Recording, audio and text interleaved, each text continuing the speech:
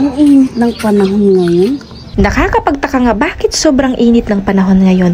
Siguro dahil sa sobrang hot ng mga tao dito sa Taga-Adlay na damay pati buong Pilipinas, char. Pero anyways, magpaprangta naman kami sa aming mga ka-neighbors dahil sa sobrang init ng panahon, Coke ang pangtanggal ng init. Pero hindi Coke, toyo ang aming ilalagay. Titignan na naman namin kung ano kaya yung magiging reaksyon ng mga mukha nila. Of course, sa kulay pa lang, akala mo talaga Coke na Coke. With ice pa yan, so sobrang lamig na.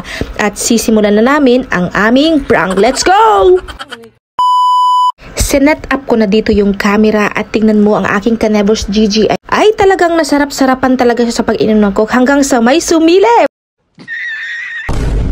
Hahaha, lagot kang baboy ka.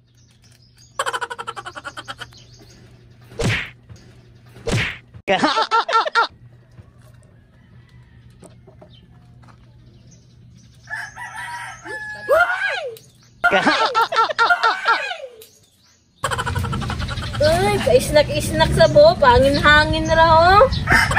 Kapasuan.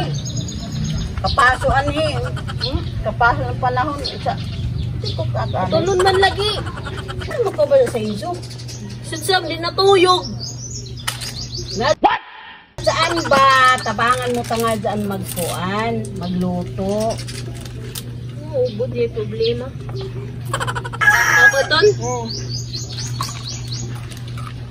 Wala mo kapaso. Ito kayo tignaw.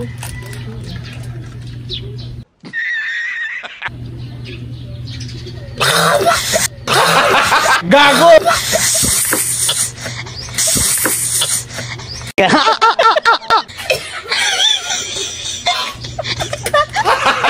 Gago!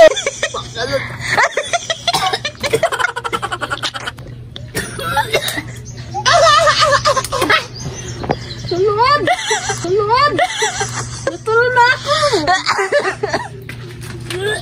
Ay! Kabuhi man dito pag-at?